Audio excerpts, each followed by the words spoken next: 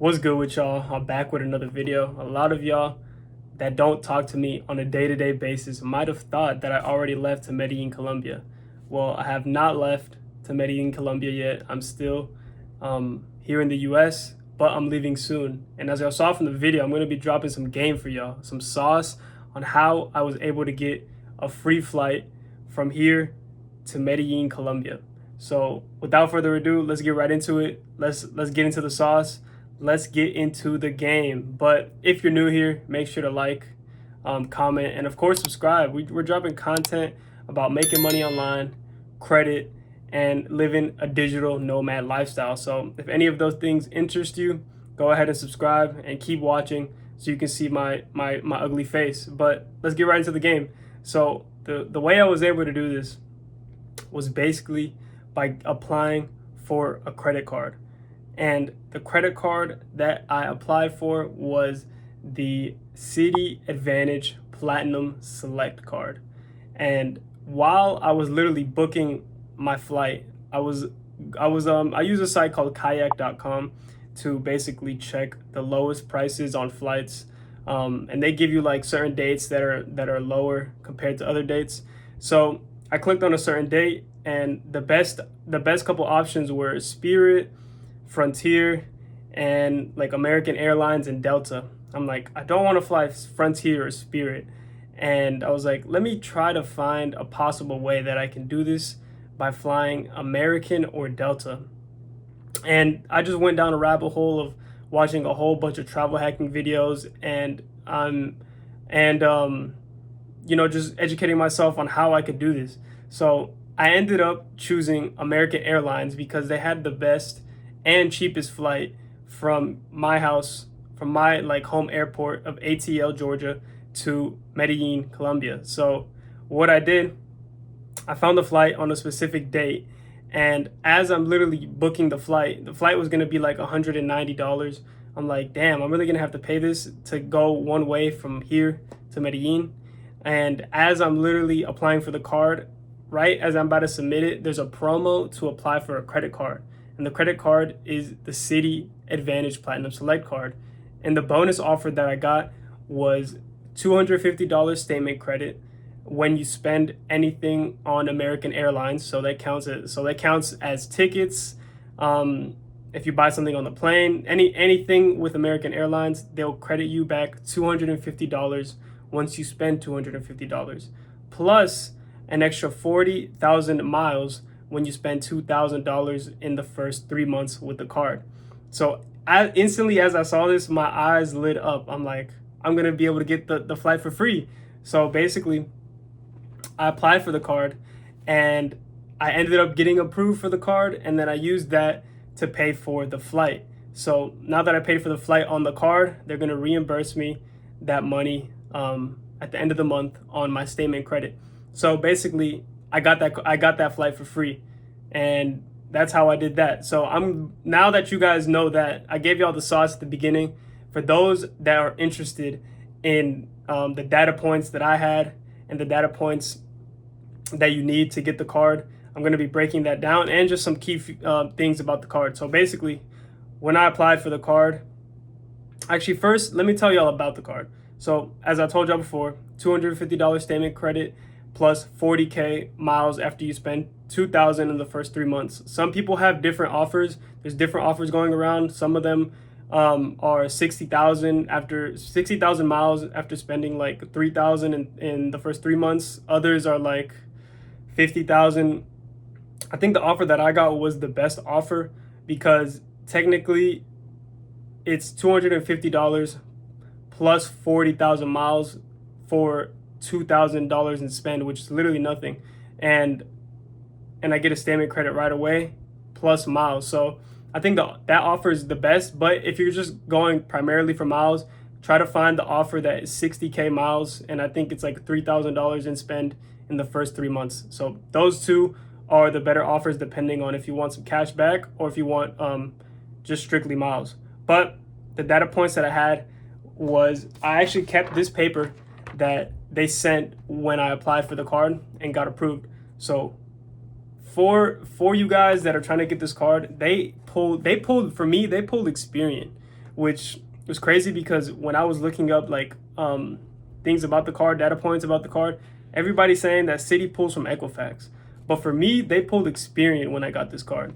So the score that I had, it was a 745 Experian score. It doesn't say if it was FICO or Vantage or anything, but I think it might be Vantage because here it says the range of scores can range from a low of 250 to 900. So I think they're on like a Vantage score range, but I'm not too sure.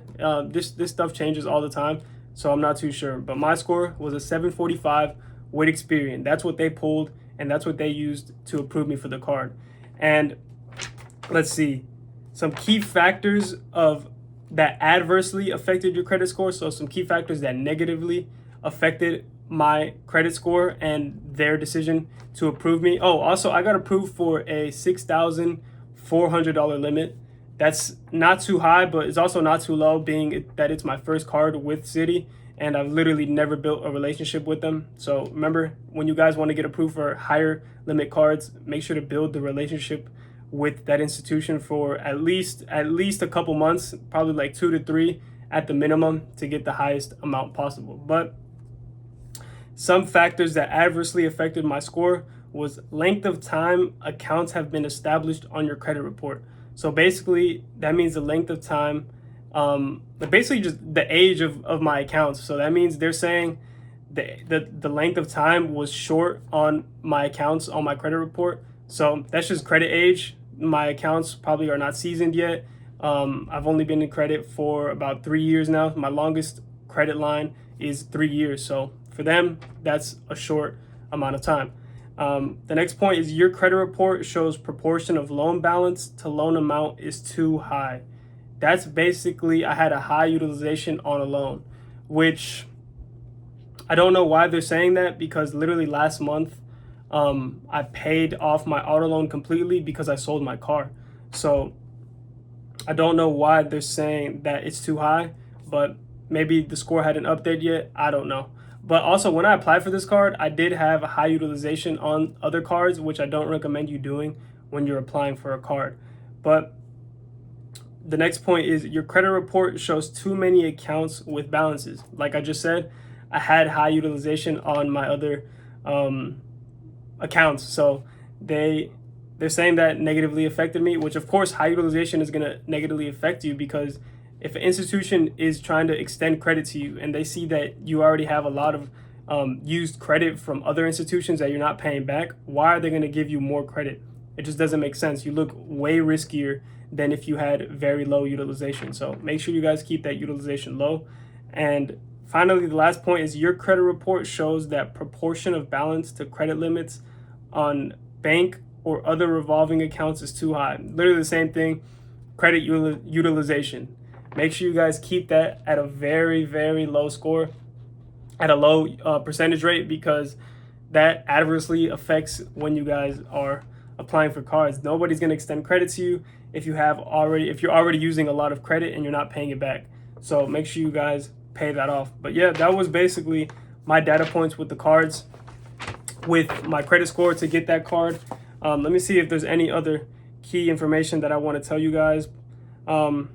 Yeah, they basically pulled my Experian. I had a 745, and those were the key factors that stopped me from getting a higher limit. Because like I said, 6,400 is low-key a very low limit, given the fact that I have a 25K limit on a Navy and like a 15K with Amex. So I don't know why these institutions are being so stingy with me right now, but like I said, it was probably my utilization being very high. And what I would recommend you guys doing when you apply for this card, though, is freezing all of your credit reports to see which institution they're going to pull. Because like I said, a lot of people were saying that they pulled Equifax and they pulled my Experian, which I honestly wasn't expecting. But since it was the first card I did in a little sequence that I ran, it really didn't matter because it was the first card. So, and I was kind of expecting it to pull Experian. I don't know why, but I just had like a little like intuition in my gut that it was going to pull Experian. But anyways, you guys should freeze all 3 of your credit reports, your credit bureaus, and apply for the card, then you're gonna get like a notification or an email saying which institution blocked a inquiry. So whichever institution blocked the inquiry, that's the institution that they're gonna pull from when you apply for the card. So then I would say wait at least a couple days, probably like a week to a month to reapply for the card, and then now you know which institution they're gonna pull for you guys. And you guys can do that with any card that you're unsure which institution they're gonna pull from.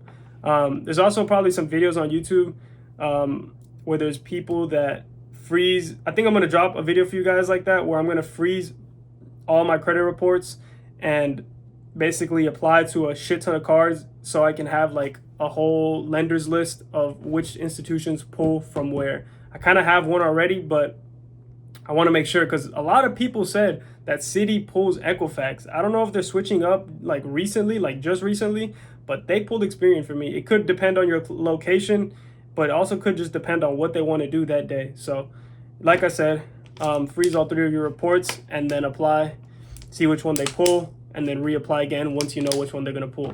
But that's about it with the card, guys. That's how I got my free flight to Medellin, Colombia. The flight ended up being like, I was gonna get one that was gonna be like $190. I ended up just upgrading to like the main, like the premium cabin, where I could get a checked bag for free and stuff like that and get some food. So my total flight was around $248, and that 250 statement credit that they're gonna give me is gonna cover that whole thing. So I got the flight literally for free. So I'm traveling literally for free. If you guys want to get more tips on how to do shit like this, how to travel for free, how to be a digital nomad, that's basically what this channel is going to be about. Just credit, digital nomad shit, and making money online. So if any of that shit interests you, go ahead and subscribe, like the video, and please share this content, because it could help somebody that is coming up in credit, doesn't know anything about credit. So yeah, thanks for watching, guys. I'll see you on the next video. Coming soon. Bye.